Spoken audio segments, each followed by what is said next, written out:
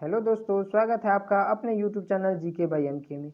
आज की इस वीडियो में हम देखेंगे बिहार पुलिस होम गार्ड का सेट टू देखेंगे। इससे पहले एक सेट देख चुके हैं। अगर आप वह वीडियो नहीं देखे तो मेरे चैनल के प्लेलिस्ट में जाके उस वीडियो को देख लें, जिसमें हम देखते हैं जीके, जीएस और हिंदी का क्वेश्चन।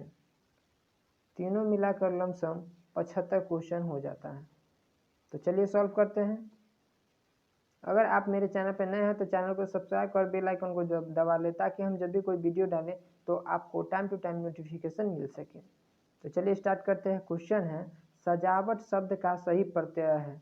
तो सजावट शब्द का सही प्रत्यय क्या हो जाएगा? तो जान लेते हैं कि प्रत्यय कहते किसे हैं। जो शब्द के लास्ट में जुड़कर उसका शाब्दिक अर्थ बदल दे उसे हम क्या कहते हैं? प्रत्यय कहते हैं। तो इसका अंतिम शब्द कौन सा हो जाएगा? सजावट हो जाएगा। वट आ जाएगा इसका करेक्ट आंसर, यानी option C is a correct answer हो जाएगा। अगला क्वेश्चन है, प्रत्यक्ष शब्द का सही उपसर्ग का चयन कीजिए। तो प्रत्यक्ष शब्द में सही उपसर्ग क्या हो जाएगा? तो जान लेते हैं कि उपसर्ग कहते किसे हैं। तो उपसर्ग किसे कहते हैं? जो शब्द के शुरू में जुड़कर उसका शाब्दिक अर्थ बदल दे उसे हम उपसर्ग कहते हैं। तो प्रत्यक्ष में उपसर्ग क्या हो जाएगा? प्रति हो जाएगा। Option B is a correct answer हो जाएगा। चलिए अगले क्वेश्चन पर चलते हैं। अगला क्वेश्चन है, प वर्ग का उच्चारण मुंह के किस भाग से होता है? तो प वर्ग का उच्चारण मुंह के किस भाग से होता है? प बोलकर देखिए क्या होगा? ओष्ठ हो जाएगा। Option C is a correct answer हो जाएगा। अगला क्वेश्चन है, मुनीन्द्र का सही संधि विच्छेद है। तो मुनीन्द्र का सही संधि विच्छेद हो जाएगा मुनि प्लस इंद्र, यानी मुनीन्द्र हो जाएगा। इसलिए करेक्ट आंसर ऑप्शन बी हो जाएगा। चलिए अगले क्वेश्चन पर चलते हैं। अगला क्वेश्चन है, हलवाई का स्त्रीलिंग है। तो हलवाई का स्त्रीलिंग क्या हो जाएगा? हलवाइन हो जाएगा। हलवाइन छोटी ई वाला हो जाएगा, हलवाइन। Option B is a correct answer हो जाएगा। चलिए अगले क्वेश्चन पर चलते हैं। क्वेश्चन है, स्त्रीलिंग शब्द का चयन कीजिए। तो स्त्रीलिंग शब्द, इनमें से 4 विकल्प दिए गए हैं, इनमें से पूछा गया स्त्रीलिंग कौन सा शब्द है। तो कौन सा शब्द हो जाएगा? संसद। संसद जो है कि स्त्रीलिंग शब्द है, इसलिए करेक्ट आंसर ऑप्शन बी हो जाएगा। चलिए अगले क्वेश्चन पर चलते हैं। अगला क्वेश्चन है, लिफाफा शब्द है। तो लिफाफा कौन सा शब्द होता है? अरबी, फारसी, हिंदी, संस्कृत कौन सा शब्द है? तो लिफाफा जो शब्द है वह अरबी शब्द होता है, इसलिए करेक्ट आंसर ऑप्शन ए हो जाएगा। अगला क्वेश्चन है, सम प्लस सार शब्द में सही निर्देश कीजिए। तो सम प्लस सार शब्द में सही संधि निर्देश कौन सा हो जाएगा? तो इसमें संधि निर्देश हो जाएगा व्यंजन संधि, इसलिए करेक्ट आंसर ऑप्शन बी हो जाएगा। अगला क्वेश्चन है, अगला क्वेश्चन, गूलर का फूल होना मुहावरे का सही अर्थ क्या है? तो गूलर का फूल होना मुहावरे का सही अर्थ क्या हो जाएगा? यानी लापता होना। Option D is a correct answer हो जाएगा। अगला क्वेश्चन है, आलोक का विलोम क्या है अगला क्वेश्चन? अगला क्वेश्चन है, आलोक का विलोम निम्नलिखित में से कौन सा है? तो आलोक का विलोम कौन सा हो जाएगा शब्द? अंधकार हो जाएगा। यानी आलोक मतलब क्या होता है? प्रकाश होता है, तो इसका विलोम क्या हो जाएगा? अंधकार हो जाएगा, इसलिए करेक्ट आंसर ऑप्शन सी हो जाएगा। अगला क्वेश्चन है 26 नंबर क्वेश्चन, निम्नलिखित में से कौन सा व्यंजन संधि का उदाहरण है? तो व्यंजन संधि का कौन सा इन ऑप्शन में से उदाहरण है? तो छ और त्र व्यंजन संधि का उदाहरण है, इसलिए करेक्ट आंसर ऑप्शन डी हो जाएगा। चलिए अगले क्वेश्चन पर चलते हैं। क्वेश्चन है, सही वर्तनी का चयन कीजिए।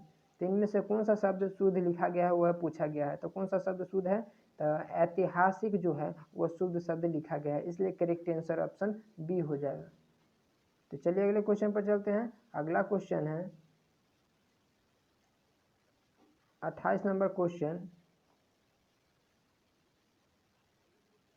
क्या है क्वेश्चन? कह रहा है, घर आंगन किस समास का उदाहरण है? तो घर आंगन किस समास का उदाहरण है? तो तत्पुरुष समास का उदाहरण है, इसलिए करेक्ट आंसर ऑप्शन ए हो जाएगा। चलिए अगले क्वेश्चन पर चलते हैं। अगला क्वेश्चन है, सारी का बहुवचन क्या है? तो सारी का बहुवचन सारिया हो जाएगा। Option A is a correct answer हो जाएगा। अगला क्वेश्चन है, मैं भी यह जानता हूँ इस वाक्य में भी कौन सा निपात है? मैं भी यह जानता हूँ, इसमें इस वाक्य में भी क्या है? कौन सा निपात है? तो यह हो जाएगा कौन सा निपात? बलदायक निपात, क्योंकि मैं भी क्या दे रहा है, बल दे रहा है, इसलिए कौन सा निपात हो जाएगा, बलदायक निपात हो जाएगा। Correct answer option D is A answer हो जाएगा। चलिए अगले क्वेश्चन पर चलते हैं। अगला क्वेश्चन है, निम्नलिखित में से किसका प्रयोग करके वेब पेजेज का निर्माण किया जाता है। तो किसका प्रयोग करके वेब पेजेज का निर्माण किया जाता है, HTML का प्रयोग करके वेब पेजेज का निर्माण किया जाता है, इसलिए करेक्ट आंसर ऑप्शन सी हो जाएगा। इसका पूरा नाम होता है हाइपरटेक्स्ट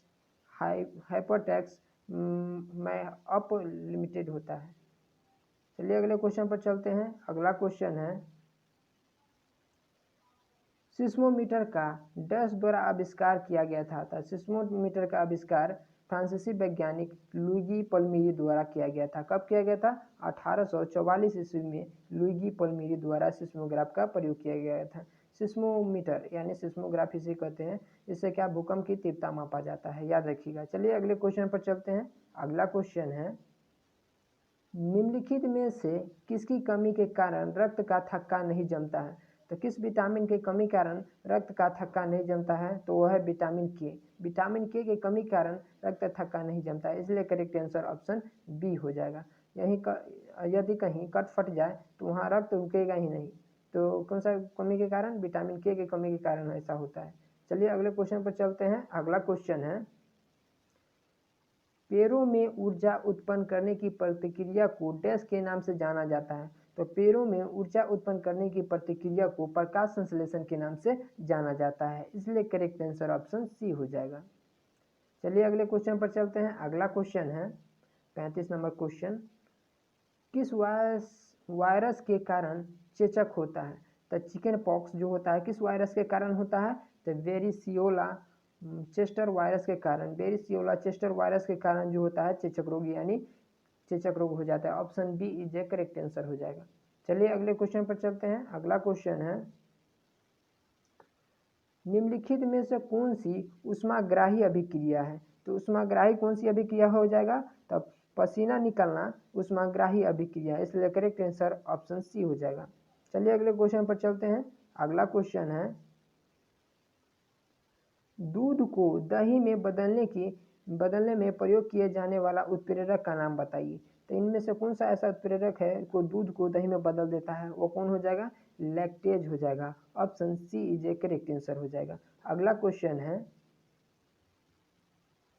बीबी का मकबरा डैश द्वारा बनवाया गया था। तो बीबी का मकबरा औरंगजेब द्वारा बनवाया गया था, क्योंकि बीबी का मकबरा औरंगजेब की पत्नी का कब्रगाह है, जो कि औरंगाबाद में पड़ता है, इसलिए करेक्ट आंसर ऑप्शन टी हो जाएगा। चलिए अगले क्वेश्चन पर चलते हैं। अगला क्वेश्चन है, बोडो भाषा मुख्य रूप से किस राज्य में बोली जाती है। तो बोडो भाषा राज्य के असम राज्य में, भारत के किस राज्य में, असम राज्य में बोली जाती है, इसलिए करेक्ट आंसर ऑप्शन ए हो जाएगा। चलिए अगले क्वेश्चन पर चलते हैं। अगला क्वेश्चन मैथ का क्वेश्चन है, जिसमें हम सॉल्व नहीं करेंगे, सॉल्व करेंगे तो वीडियो क्या हो जाएगा, लंबा हो जाएगा, इसलिए आपका कमेंट कीजिएगा कि आपको मैथ का सॉल्व चाहिए या नहीं। तो अगला क्वेश्चन है, विदेशी दुर्लभ मुद्रा के मूल्य को घटाने को कहा जाता है। क्या कहा जाए, विदेशी दुर्लभ मुद्रा के मूल्य के घटाव को क्या कहा जाता है, अवमूल्यन कहा जाता है, इसलिए करेक्ट आंसर ऑप्शन ए हो जाएगा। अगला क्वेश्चन है, BOD 5 किससे संदर्भित है। तो BOD 5 किससे संबंधित है, तो 5 दिनों में जैव रसायन ऑक्सीजन की मांग से संबंधित है, इसलिए करेक्ट आंसर ऑप्शन ए हो जाएगा। BOD का पूर्ण रूप क्या होता है, बायोकेमिकल ऑक्सीजन डिसीज होता है, याद रखिएगा। चलिए अगले क्वेश्चन पर चलते हैं। अगला क्वेश्चन है, कान्हा राष्ट्रीय उद्यान दलदली हिरण के दुर्लभ और लगभग विलुप्त प्रजातियों को बचाने वाला है, जिसे इस प्रकार के नाम से भी जाना जाता है। जिसे किस प्रकार के नाम से जाना जाता है, बरसिंगा के नाम से जाना जाता है, इसलिए करेक्ट आंसर ऑप्शन ए हो जाएगा। अगला क्वेश्चन है, अगला क्वेश्चन है हमारा, अगला क्वेश्चन 44 नंबर क्वेश्चन है, हर समय की सबसे ज़्यादा कमाई करने वाली फिल्म कौन सी है। तो हर समय के समय सबसे ज़्यादा कमाई करने वाली फिल्म वो है अवतार, option A is a correct answer हो जाएगा। अगला क्वेश्चन है 45 नंबर क्वेश्चन, भारत के किस राज्य में सर्वाधिक वन है। तो भारत के किस राज्य में सर्वाधिक वन है? तो मध्य प्रदेश में सर्वाधिक वन है, इसलिए करेक्ट आंसर ऑप्शन बी हो जाएगा। अगला क्वेश्चन है, उत्तरी गोलार्ध में अर्ध का सबसे लंबा दिन कौन सा होता है? तो 21 जून को उत्तरी गोलार्ध में सबसे लंबा दिन होता है, जबकि दक्षिणी गोलार्ध में इसी दिन को सबसे छोटा दिन होता है, इसलिए करेक्ट आंसर ऑप्शन सी हो जाएगा। चलिए अगले क्वेश्चन पर चलते हैं। अगला क्वेश्चन है, प्रथम विश्व युद्ध की शुरुआत किस वर्ष हुई थी? तो प्रथम विश्व युद्ध की शुरुआत 1914 में हुई थी, जो कि 1914 से लेकर 1918 तक चला था। और दूसरा पूछा जाए कि दूसरा विश्व युद्ध कब से कब हुआ था? तो दूसरा विश्व युद्ध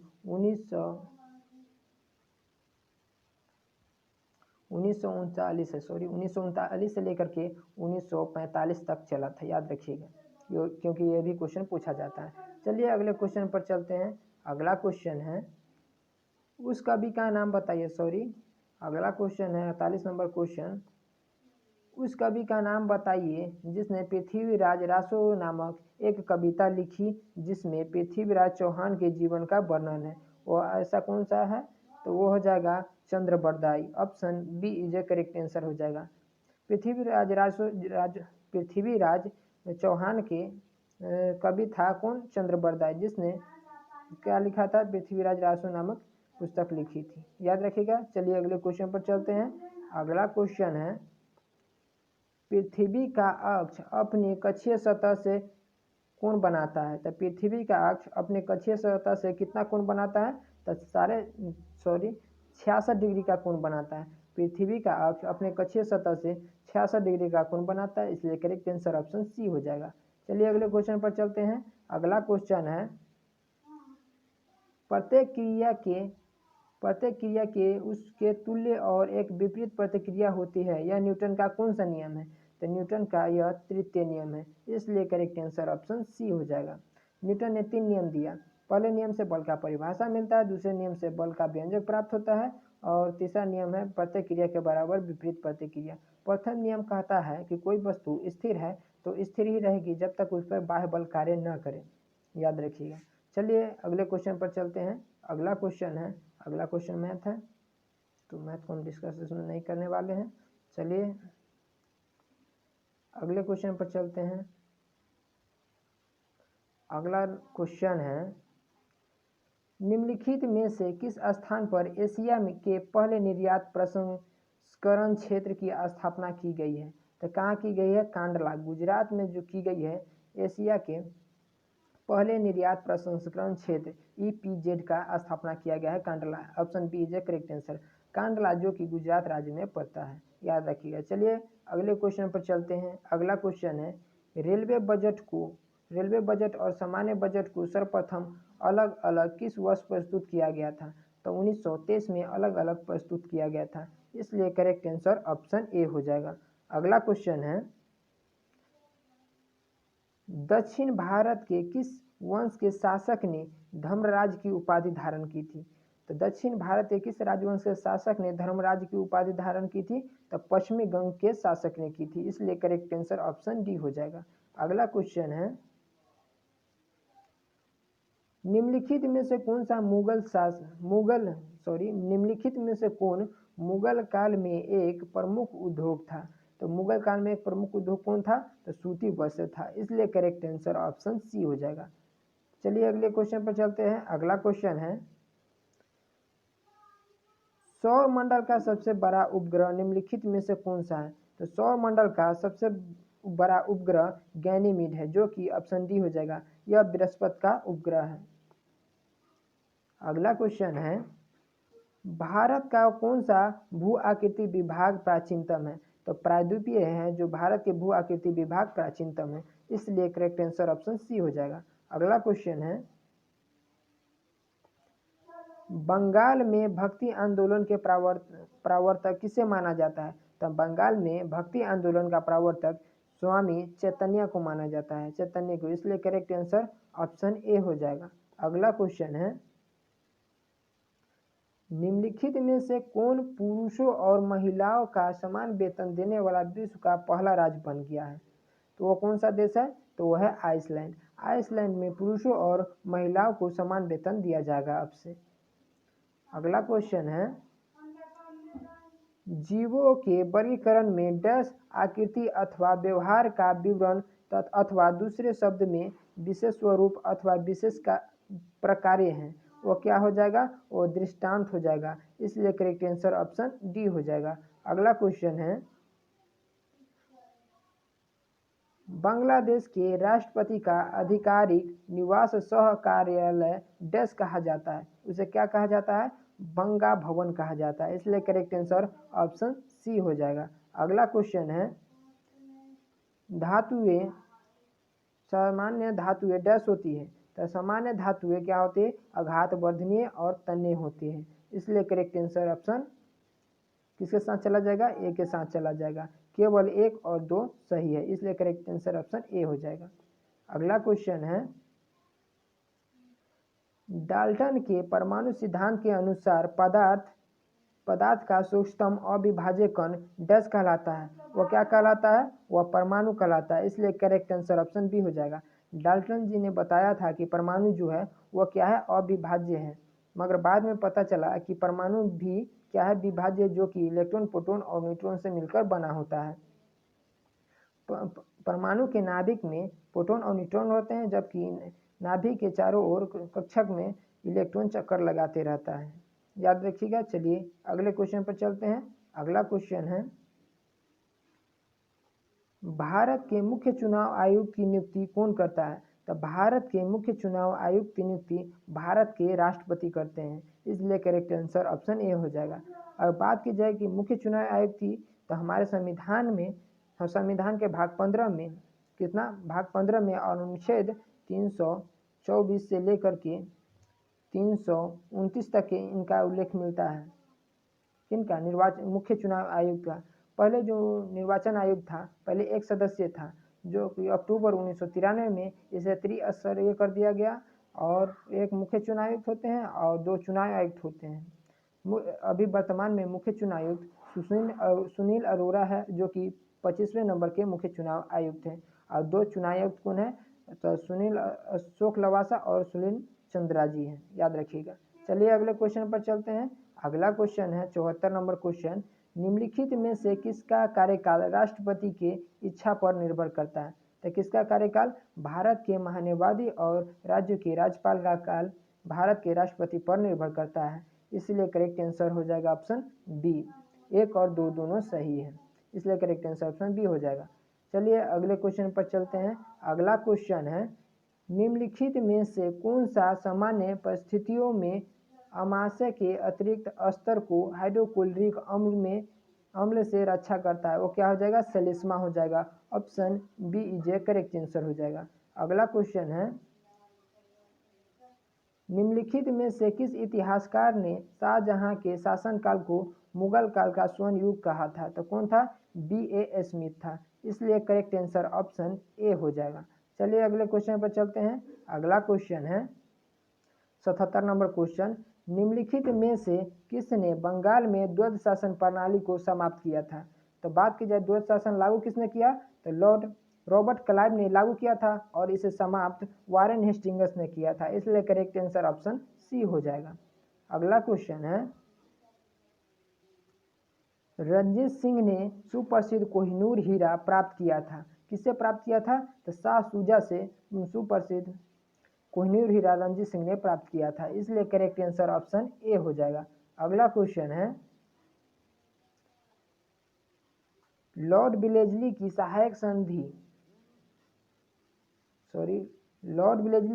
संधि स्वीकार करने वाला पहला मराठा सरदार था। तो लॉर्ड विलेजली की सहायक संधि स्वीकार करने वाला पहला मराठा पेशवा बाजीराव द्वितीय थे। इसलिए करेक्ट आंसर ऑप्शन ए हो जाएगा। अगला क्वेश्चन है, निम्नलिखित में से किसने ऑल इंडिया मुस्लिम लीग की स्थापना की थी? तो किसने ऑल इंडिया मुस्लिम लीग की स्थापना की थी? वो हो जाएगा नवाब सलीमुल्लाह खां। इसलिए करेक्ट आंसर ऑप्शन डी हो जाएगा। अगला क्वेश्चन है, निम्नलिखित में से कौन आत्मीय सभा का संस्थापक थे? आत्मीय सभा के संस्थापक कौन है? राजा राम मोहन राय हैं। इसलिए करेक्ट आंसर ऑप्शन ए हो जाएगा। अगला क्वेश्चन है, ब्रह्म समाज की स्थापना कब हुई थी? किस वर्ष हुई थी ब्रह्म समाज की स्थापना? 1828 ईस्वी में ब्रह्म समाज की स्थापना हुई थी। इसलिए करेक्ट आंसर ऑप्शन ए हो जाएगा। और बात की जाए कि ब्रह्म समाज की स्थापना किसने की थी, तो राजा राम मोहन राय ने कलकत्ता में की थी।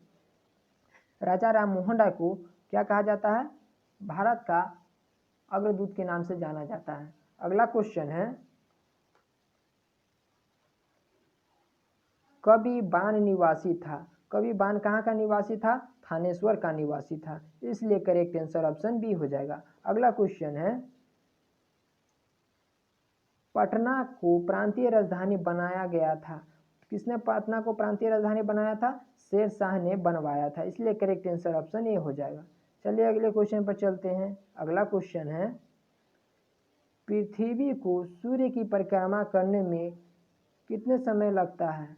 तो सूर्य को पृथ्वी की परिक्रमा करने में 365.25 दिन का समय लगता है। इसलिए करेक्ट आंसर ऑप्शन बी हो जाएगा।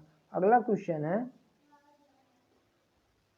सौर मंडल का सर्वाधिक गर्म ग्रह है। तो सौर मंडल का सर्वाधिक गर्म ग्रह शुक्र हो जाएगा। इसलिए करेक्ट आंसर ऑप्शन बी हो जाएगा। शुक्र ग्रह को सुबह का तारा और सांझ का तारा कहा जाता है। यह पृथ्वी के लगभग बराबर होता है। अगला क्वेश्चन है, विश्व की सर्वाधिक लंबी पर्वत श्रृंखला है। तो विश्व की सर्वाधिक लंबी पर्वत श्रृंखला एंडीज है, जो कि दक्षिण अमेरिका में पड़ता है। इसलिए करेक्ट आंसर ऑप्शन बी हो जाएगा। अगला क्वेश्चन है, विश्व का बृहत्तम डेल्टा निर्मित करता है। तो विश्व में बृहत्तम डेल्टा निर्मित कौन करता है? गंगा और ब्रह्मपुत्र नदी विश्व का बृहत्तम डेल्टा निर्मित करता है। इसलिए करेक्ट आंसर ऑप्शन ए हो जाएगा। अगला क्वेश्चन है, कपास उद्योग जिन कच्चे माल पर आश्रित है वे हैं, वो कौन है? भारहास और मूलक। भारहास और मूलक। इसलिए करेक्ट आंसर ऑप्शन ए हो जाएगा। अगला क्वेश्चन है, भारत के आंतरिक प्रायद्वीपीय पर्वत निर्मित हुए हैं। तो भारत के आंतरिक प्रायद्वीपीय पर्वत निर्मित किससे हुआ है? तो पेलियोजोइक महाकल्प से निर्मित हुआ है। पेलियोजोइक महाकल्प से भारत के प्रायद्वीपीय पर्वत निर्मित हुई है। इसलिए करेक्ट आंसर ऑप्शन बी हो जाएगा। अगला क्वेश्चन है, सेल्सियस स्केल पर मानव शरीर का सामान्य तापमान कितना होगा? तो सेल्सियस स्केल पर मानव शरीर का सामान्य तापमान 36.9 degree Celsius option C is a correct answer हो जाएगा। या फिर इसे 37 डिग्री सेल्सियस दिया जाता है। अगर पूछा जाए फ़ारेनहाइट में कितना होता है, तो फ़ारेनहाइट में 98.6 डिग्री फ़ारेनहाइट होता है। और पूछा जाए केल्विन में कितना होता है, तो केल्विन में 310 केल्विन होता है। याद रखिएगा मानव शरीर का सामान्य तापमान। चलिए अगले क्वेश्चन पर चलते हैं। अगला क्वेश्चन है, सौर मंडल का सबसे बड़ा ग्रह है। तो सौर मंडल का सबसे बड़ा ग्रह बृहस्पति ग्रह है। इसलिए करेक्ट आंसर ऑप्शन सी हो जाएगा। अगला क्वेश्चन है, हवा में जिस गैस की मात्रा सबसे अधिक है वह क्या है? तो वह है nitrogen. Option C D is a correct answer हो जाएगा। नाइट्रोजन हवा में 78%, जबकि ऑक्सीजन 20% और कार्बन डाइऑक्साइड 0.03% पाया जाता है। चलिए अगले क्वेश्चन पर चलते हैं। अगला क्वेश्चन है, स्त्रियों की तुलना में पुरुष अधिक वर्णांधता से पीड़ित हो सकता है, क्यों हो सकता है?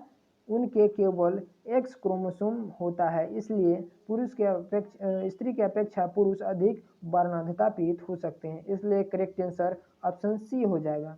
अगला क्वेश्चन है, पृथ्वी पर मरुभूमि होने की संभावना अधिक रहती है। तो पृथ्वी पर मरुभूमि होने की संभावना 23.5 डिग्री अक्षांश के पास होता है। इसलिए करेक्ट आंसर ऑप्शन बी हो जाएगा। अगला क्वेश्चन है,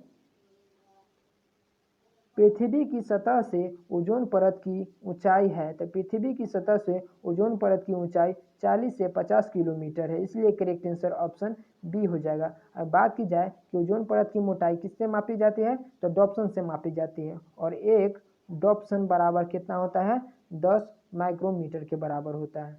कितना, 10 माइक्रोमीटर के बराबर होता है, और 1 माइक्रोमीटर बराबर कितना होता है, 10 के पावर -6 मीटर के बराबर होता है, याद रखिएगा। चलिए अगले क्वेश्चन पर चलते हैं। अगला क्वेश्चन